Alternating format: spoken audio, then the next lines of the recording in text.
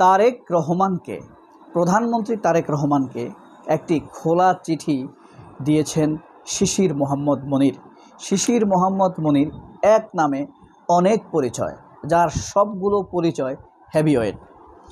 তারেক রহমানকে খোলা চিঠি দিয়ে কি বুঝাতে চেয়েছেন, কি বার্তা দিতে চেয়েছেন, কি অনুরোধ করেছেন। তবে তার আগে একটি বিষয় বলি, এটি একটি বলার জন্য বলছি। তারেক রহমানকে এ পর্যন্ত কতজন মানুষ গালি দিয়ে কথা বলেছে, তার ডকুমেন্টস প্রমাণ আপনাদের কাছে কি আছে?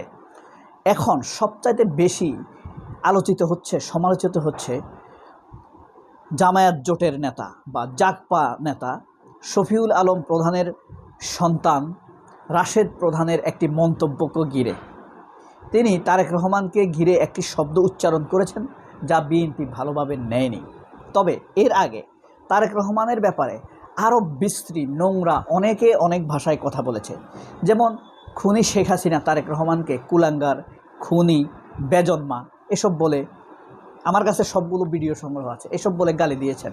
তোফায়েল আহমেদ বেজন্মা এবং শুয়োর, কুকর, কুলাঙ্গার বলে গালি দিয়েছেন। শামীম ওসমান বেজন্মা বলে গালি দিয়েছেন। ডাক্তার মুরাদ টাকলা, মনে আছে? মুরাদ টাকলা তারেক রহমানকে বেজন্মা, বাস্টার্ড বলে গালি দিয়েছেন, মনে আছে নিশ্চয়ই। এরপরে আপনার এই বাপ্পাদিত্য বসু, সন্ত্রাসী বাপ্পাদিত্য বসুর উত্তরসূরি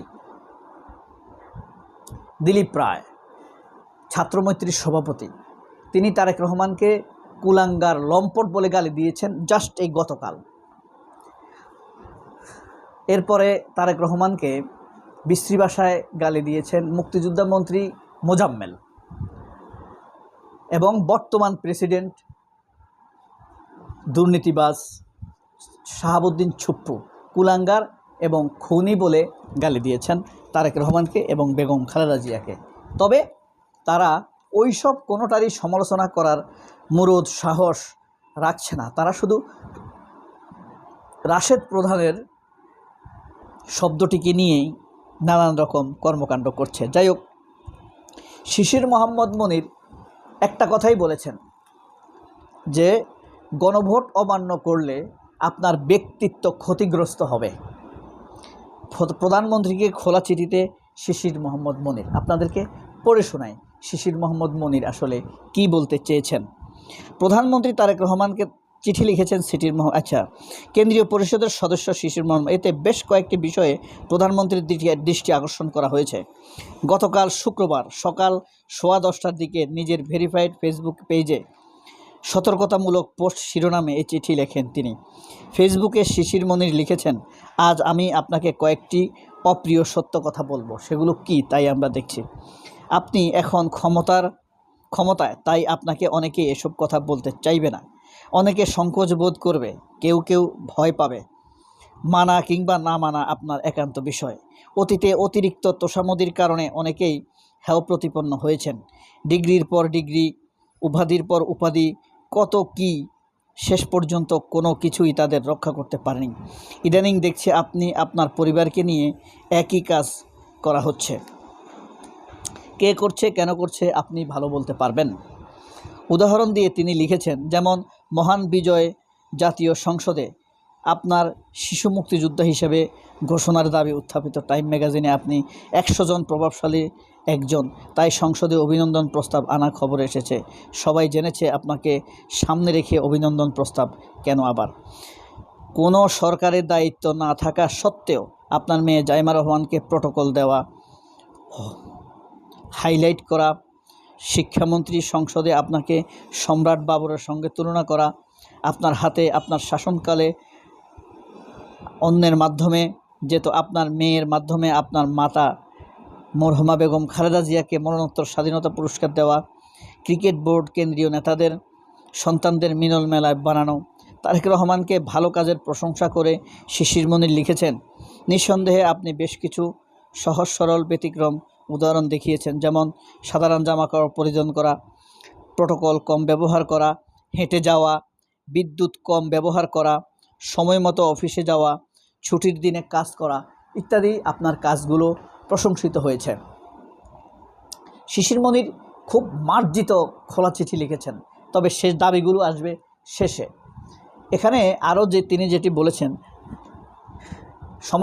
ছোট্ট সমালোচনার পাশাপাশি প্রশংসাও করেছেন শিশির মনির। চিঠিতে বলা হয়, গণ অভ্যুত্থানের পর সাধারণ মানুষ আর তোষামোদী দেখতে চায় না। আমরা চাই কাজ যে যত বেশি কর্মক্ষম, সৎ, তিনি তত বেশি গ্রহণযোগ্য হবেন। জটিল সমস্যার সমাধান করতে পারলে এমনিতেই আপনি জনপ্রিয় হবেন। সমাধান করতে না পারলে এমনিতেই মানুষ মুখ ফিরিয়ে নেবে। অধিকন্তু পরিবার কেন্দ্রিক একনায়কতন্ত্র নতুন প্রজন্ম পছন্দ করে না। নতুন প্রজন্মের কাছে যোগ্যতাই মূল বিবেচ্য বিষয়। আপনার বাবা মা দুজনই নিজ নিজ যোগ্যতায় মহীয়ান। কষ্ট করে, সংগ্রাম করে, জীবন দিয়ে চেষ্টা করে গেছেন। সেই বিচারে তার জনগণ ইতিহাসের উপর আপনিও পরিবারের সদস্যদের সংগ্রাম করার জন্য উদ্বুদ্ধ করবেন।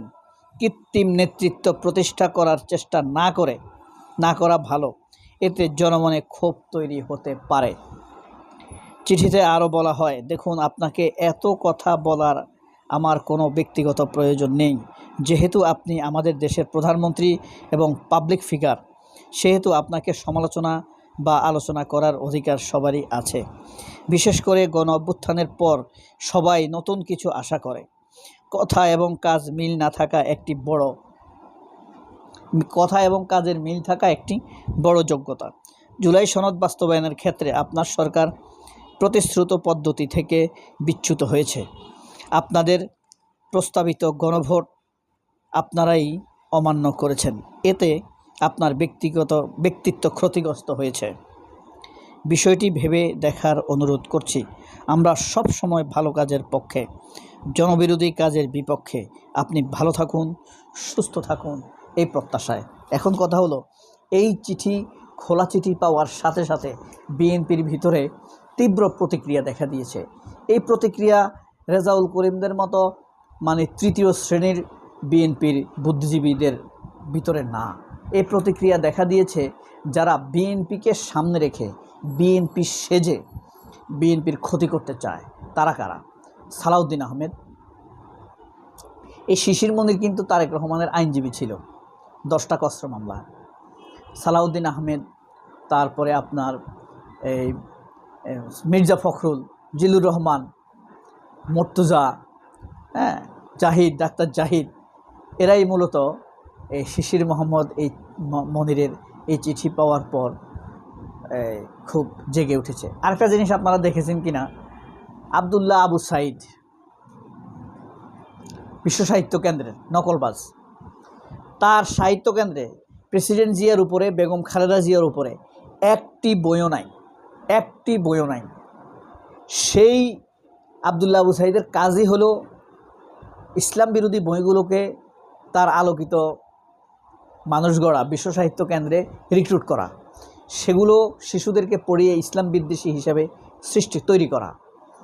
সেই আবদুল্লাহ আবু সাইদের সাথে তারেক রহমানের সাক্ষাৎ, এটার মধ্যস্থতা করছে কে? জাহিদের মতো আরেক দালাল। সবাই অনেক ভালো থাকবেন। আল্লাহ হাফেজ। আসসালামু আলাইকুম।